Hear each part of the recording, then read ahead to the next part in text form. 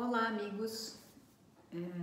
Como sempre, esperamos que estejam bem e nos encontramos mais uma vez para estudarmos mais um pouco, para podermos aprender e entender um pouco mais das palavras e dos ensinamentos do Mestre, para que esses ensinamentos façam parte da nossa caminhada, não é? E hoje nós temos uma questão bastante interessante. Vamos começar pelo Livro dos Espíritos, que é a pergunta 231. Os espíritos errantes são felizes ou infelizes?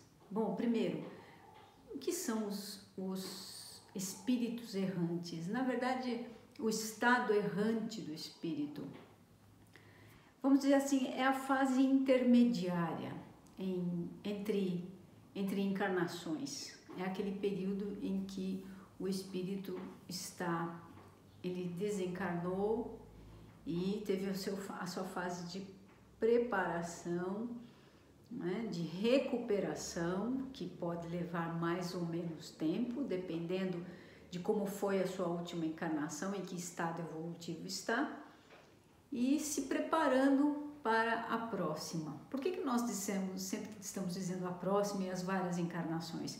Porque o nosso crescimento e o nosso desenvolvimento é, na verdade, uma sequência de vidas, uma sequência de aprendizados distintos. Então, eles nos respondem assim: esses espíritos errantes são felizes ou infelizes de acordo com o seu mérito. São infelizes e sofrem por causa das paixões das quais ainda conservam essência, ou são felizes segundo estejam mais ou menos desmaterializados. No estado de erraticidade, o espírito entrevê o que lhe falta para ser mais feliz e procura os meios de alcançá-lo. Porém, nem sempre lhe é permitido reencarnar conforme sua vontade, o que é para ele uma punição. Ou seja, nós temos a oportunidade de uma nova vida. Aí temos a questão do que realmente aproveitamos e fazemos dela no sentido evolutivo.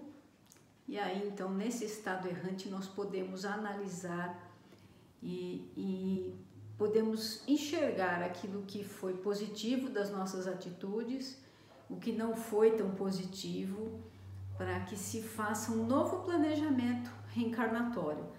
Logicamente, como ele nos diz, nem sempre isso é numa escolha do espírito. Ela pode ser mais compulsória, dependendo de como esse espírito, quais as escolhas que esse espírito fez e em que nível ele está nas suas considerações, vamos dizer assim, de evolução. Então é muito interessante, e o Evangelho vem justamente falar dessas possibilidades das diferentes categorias dos mundos habitados, ou seja, depois dessa fase de erraticidade, da nossa mudança para um determinado local, né, falando em termos físicos, materiais.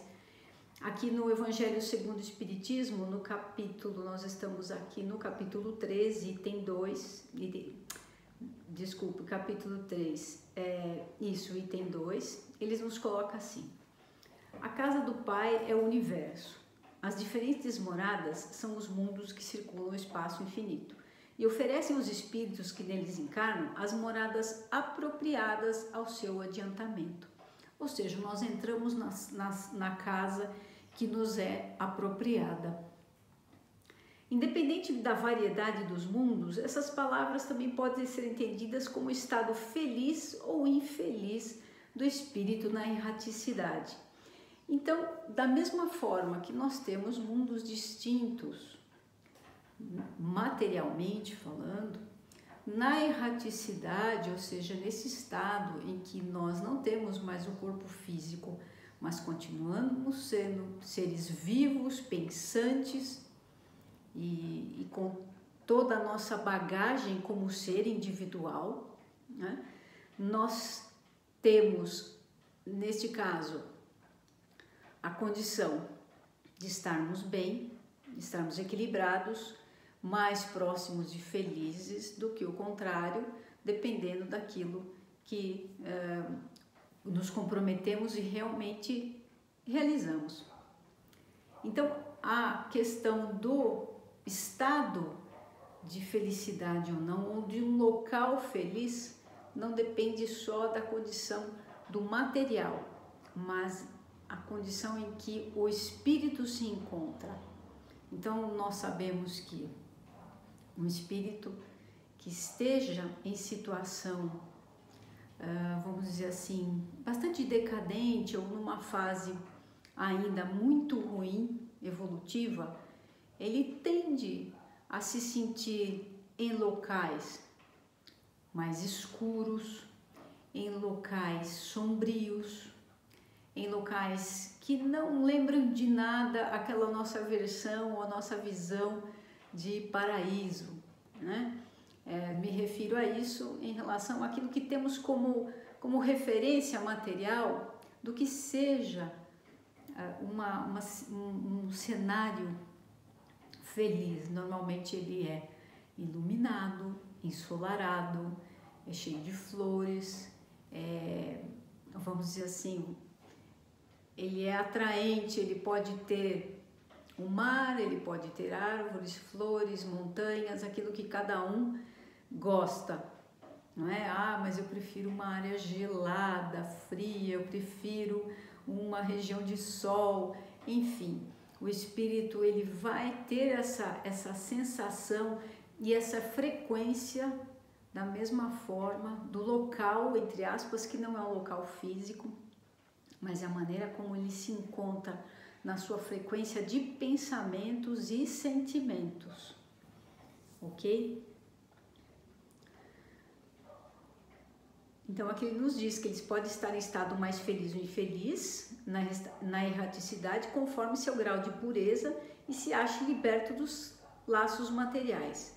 O ambiente onde se encontre, o aspecto das coisas, as sensações que experimente, as percepções que possua, podendo tudo isso variar ao infinito. Inclusive, o espírito pode ter essas sensações ainda de enfermidades ou da fome, do frio, né? De dores físicas mesmo, não tendo mais um corpo físico. Então essas sensações da erraticidade dependem de como o espírito se encontra. Assim é que se uns percorrem os espaços e os mundos, enquanto alguns espíritos culpados perambulam sem destino nas trevas, os felizes desfrutam de uma claridade resplandecente e do sublime espetáculo do infinito. Enfim, enquanto o mal, atormentado de remorsos e de lamentações, muitas vezes só, sem consolação, separado dos objetos da sua afeição, padece torturado pelos sofrimentos morais. O justo, reunido aos que ama, goza das doçuras de uma indescritível felicidade. Portanto, lá também há muitas moradas, embora não sejam nem delimitadas nem localizadas. Então nós não estamos falando de uma referência que o Espiritismo também traz dos planetas, né? Nós estamos falando do estado, vamos dizer assim, moral do espírito. Então, os espíritos que carregam delitos, e quanto mais grave for, certamente mais profundas serão essas trevas, mais complexo é o seu caminho, e inclusive ele pode encontrar muitos outros na mesma situação, que é uma afinidade onde ele se encontra com aqueles que estão no mesmo momento evolutivo. E em contrapartida, os espíritos felizes também encontrarão a luz, eles encontraram aqueles que amam, encontraram e que estão na mesma frequência, obviamente. E esse estado é como se existissem realmente locais, outras moradas desse espírito na erraticidade. Então são momentos, são passagens do espírito que através desta passagem é que ocorre o preparo também para uma nova encarnação. Obviamente, quanto mais, vamos dizer assim, quanto mais envolto nessas trevas, mais difícil, mais remota é a possibilidade de uma reencarnação imediata. Ele vai ter que passar um processo para que isso seja controlado, que ele adquira consciência de que haverá de dar os próximos passos. Então, esses aprendizados são muito interessantes para nós entendermos e nos faz toda a diferença quando nós observamos a nossa volta e podemos pensar, nossa, mas o indivíduo comete tantas atrocidades ou cometeu ao longo da vida, desencarnou, e como é que isso fica? Ele cometeu tantos impropérios, disse tantas coisas, ou prejudicou tantas pessoas de forma aguda e acabou desencarnando bem, passou uma vida toda tranquila, relativamente tranquila, dentro da nossa possibilidade humana. E então nós, quando analisamos esse estado de erraticidade, aí nós podemos ver um pouquinho mais longe de como é realmente a realidade do pós-desencarne, que nós estaremos no nosso estado real. Então, há a possibilidade sim de se manejar enquanto está vivo, dentro de um mundo material, e se colocar em situações muito, vamos dizer assim, positivas, muito de grandes conquistas, enfim, que talvez tenha prejudicado muitas pessoas ou tenha causado muitos danos, enfim.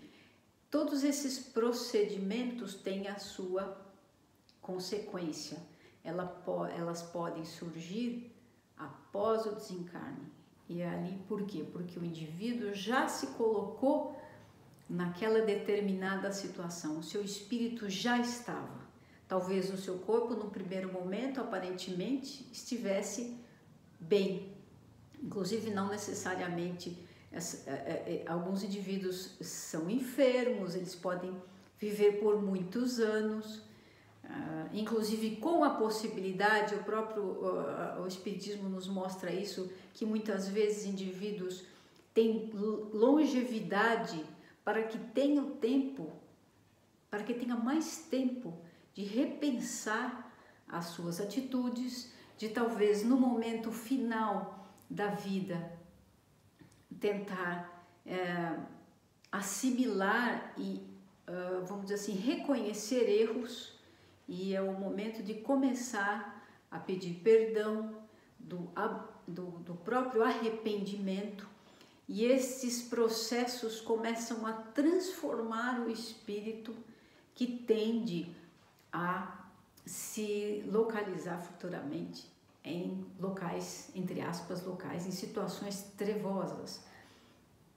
Claro que nós mencionamos isso, o próprio Espiritismo menciona, não a título de nos assustar, mas de nos alertar no sentido de que para tudo há uma consequência, e que se procurarmos o melhor, se procurarmos o perdão, se procurarmos relevar muitas coisas, se procurarmos o entendimento das coisas, a sabedoria, cada um no seu limite, cada um na sua missão, no sentido que alguns talvez tenham que adquirir mais paciência, outros tenham que adquirir tolerância, outros tenham que ter uma dedicação de uma certa forma muito maior, outros tenham que abrir mão ao longo da vida de planos, enfim. Ou ao longo da sua história surgem desafios não esperados. Então tudo isso faz parte de um contexto para cada um de nós, para que justamente quando atingirmos esse estado, o estado da erraticidade, que ele seja aquele período de transição para algo melhor, para que ele seja um período de um novo planejamento. Inclusive ele pode ser com aqueles, como já mencionei, com aqueles que temos afinidades, para dar continuidade à nossa evolução. É muito interessante.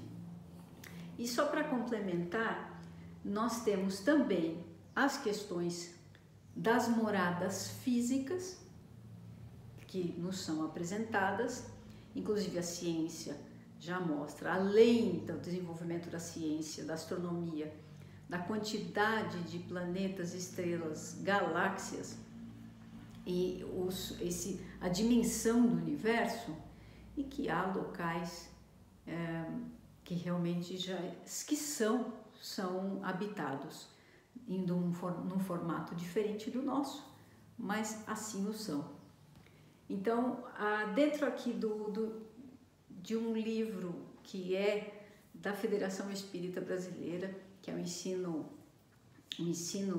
sistemático da doutrina espírita, nós temos aqui alguns subsídios em relação a essas moradas. Ele nos diz: de acordo com o ensinamento da doutrina espírita, o espírito que passar por muitas encarnações, segue-se que todos nós temos tido muitas existências e que teremos ainda outras, mais ou menos aperfeiçoadas, quer na Terra, quer em outros mundos. Então, é claro, se nós formos analisar, nós estamos num mundo de provas e expiações, então nós temos situações muito críticas na Terra, mas ao mesmo tempo sabemos que vivemos num planeta lindo, não é? Num planeta cheio de belezas naturais. Então, sabedores disso, e que há outros mundos, inclusive mais evoluídos e mais aperfeiçoados do que a Terra, nós podemos fazer uma mínima ideia do que sejam os mundos superiores ao nosso. Para chegarem à perfeição, que é o seu destino final, os espíritos não precisam, entretanto, passar pela imensa variedade de mundos existentes no universo, que são muitos, uma vez que muitos desses mundos pertencem ao mesmo grau da escala evolutiva, e os espíritos, ao se retirarem de um deles, nada aprenderiam nos outros se não lhe assemelhassem. Podem, no entanto, encarnar no mundo em que já viveram para desempenhar missões que concorram para o seu adiantamento. Por isso estamos nós aqui, né? Não há necessidade de que fiquemos alternando mundos, mas enquanto estamos neste nível das provas e expiações, no nosso caso aqui, o planeta Terra é o eleito e tem, vamos dizer assim, todas as afinidades e todo o preparo e o cenário necessário para o nosso desenvolvimento. E se nós analisarmos a variedade de cenários que só na Terra que há, em termos de países, em termos de território, de clima, enfim, de culturas em que nós podemos ir e vir, essa diversidade nos auxilia ao entendimento, ao estudo, à evolução. É claro que todo esse ferramental que nos é dado, ele precisa ser bem aproveitado. Então é essa a ideia de que Deus nos traz dentro deste contexto para que nós estejamos bem colocados, né? O Chico Xavier já nos dizia que nós estamos exatamente onde precisamos, na casa onde precisamos, com a família que deveríamos ter, com as companhias que nos cabem e dentro inclusive do país que nos faz trazer essa evolução, que nos fazem trabalhar por ela. São os desafios exatamente colocados na nossa dimensão, na nossa proporção a cada um, nem mais nem menos.